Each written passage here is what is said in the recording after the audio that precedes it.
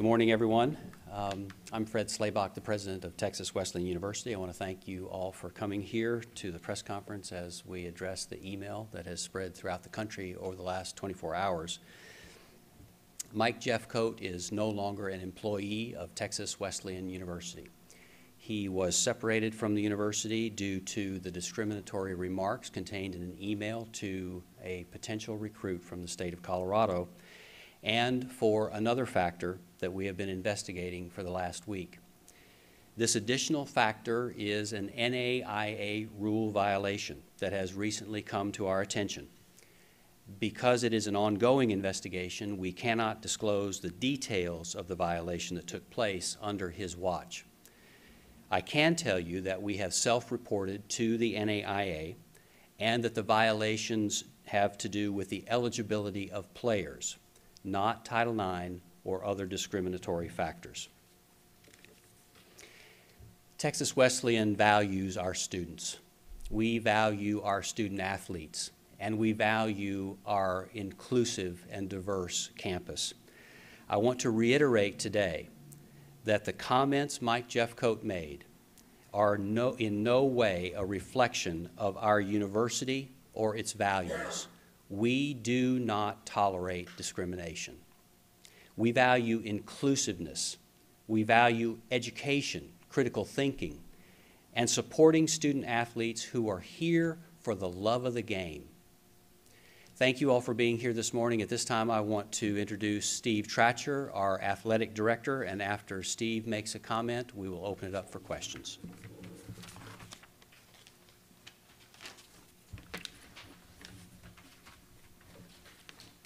Thank you, President Slabach. I want to begin by thanking you today and reiterating Fred's comments. Texas Wesleyan University does not tolerate any form of discrimination. The comments made by Coach Jeffcoat do not reflect our recruiting practices or athletic values. We value our student athletes. Almost a quarter of our undergraduate students here are athletes, and they're here to get an education and play because they love the game. We have amazing athletes at Texas Wesleyan and coaches who care about the kids. We recruit kids who love to play and want to get a college degree. We are about academics here. As for the NAIA rule violation, it came to our attention about a week ago that there were some infractions occurring within the program. Because it's an ongoing investigation, I can't share too many of the details with you.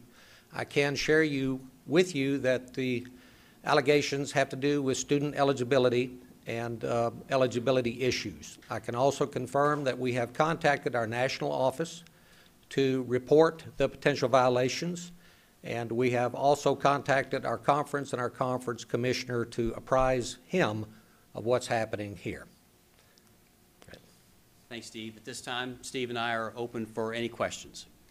Yes. As far as the specific recruit from Colorado who received this email, will the university reach out to him and offer him another chance to come here or anything like that? I am reaching out to him hopefully today.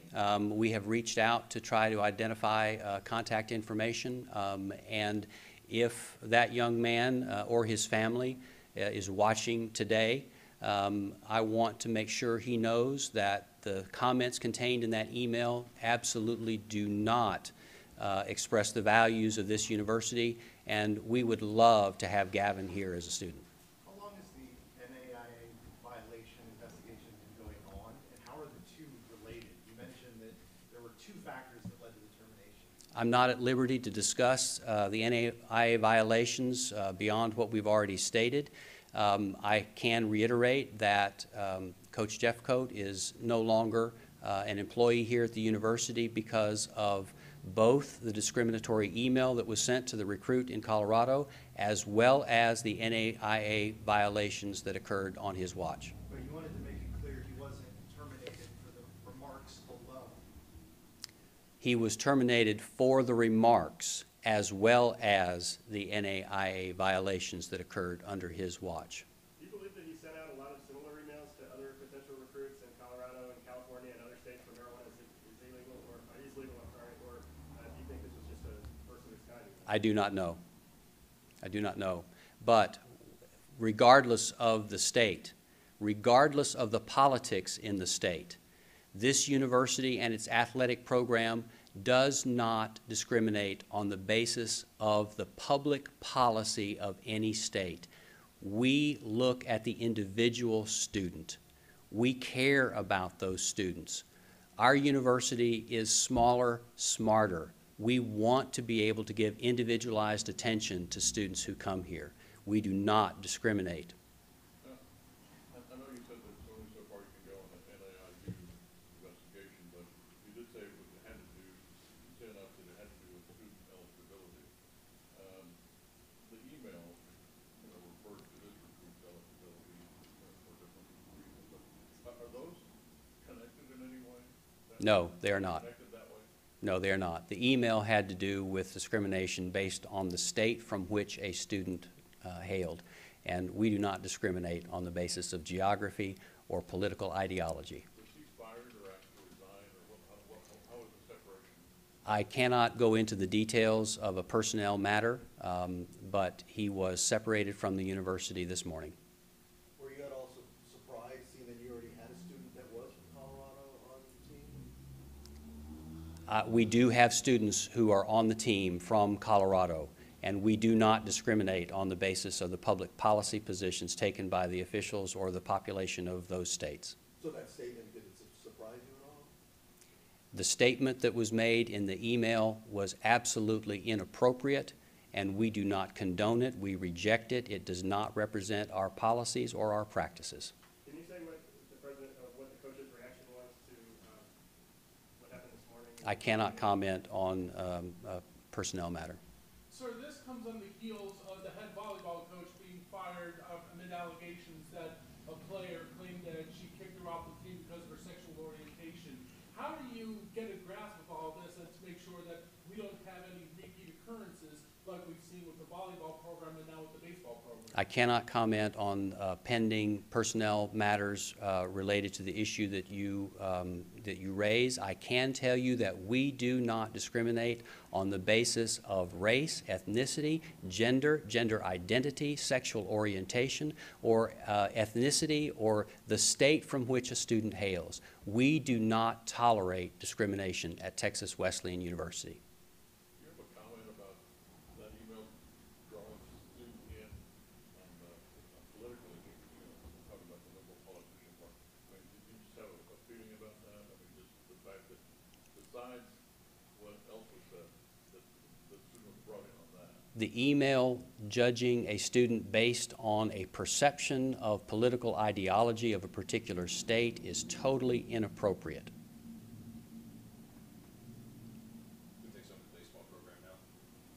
We have not identified who the interim coach will be. We hope to be able to do that very shortly. Can you explain a little bit if there is or how the drug testing policy works for your athletes? It is a random drug testing policy, and so because it's random, we can't go into a lot of details about how we conduct them. If a player tests positive, is it a case-by-case basis or? Oh, no, there is a policy. I'll ask our athletic director to address that. That's correct. The University Board of Trustees wanted to institute a drug testing policy several years ago. One was crafted by the University Athletic Committee. In the policy, it states that if you have a positive drug test for your first offense, you have to miss 1/3 of your competitive season. If you have a second offense, you have to sit out an entire year. If you have 3 offenses, you can no longer represent Texas Wesleyan in athletics. Is every athlete tested, or? Every athlete is tested every year. Yes, sir. Has there been an issue with players failing drug tests? When you talk about an issue, I would just say that we have had some positive tests in the past, but in terms of it being an issue, we handle those in-house, and we enforce the policy as written. But I want to make sure that while we're talking about the drug testing, to make sure that we get back to the issue at hand today, which is that we do not discriminate against students who happen to come from a state that has a public policy position different from Texas. I guess I want to back up on the NAIU investigation.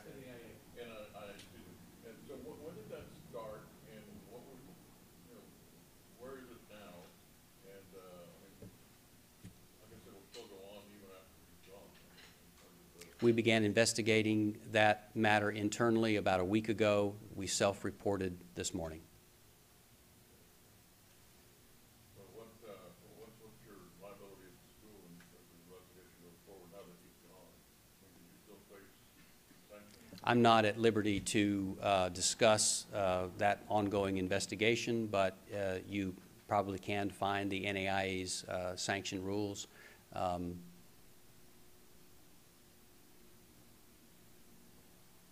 you very much. Other questions? Until you find a replacement for the head coach, will Bobby Garza take over? We have not yet made a determination as to an interim coach.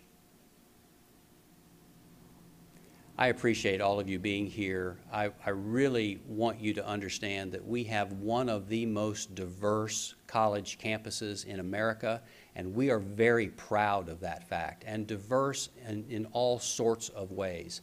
And the idea that we would discriminate on the basis that this email suggested is totally inappropriate here and does not comport with our policies and procedures or our values as a university. One more thing, was the team notified prior to the news conference, or how did you get word of that? The team was being informed as this press conference began.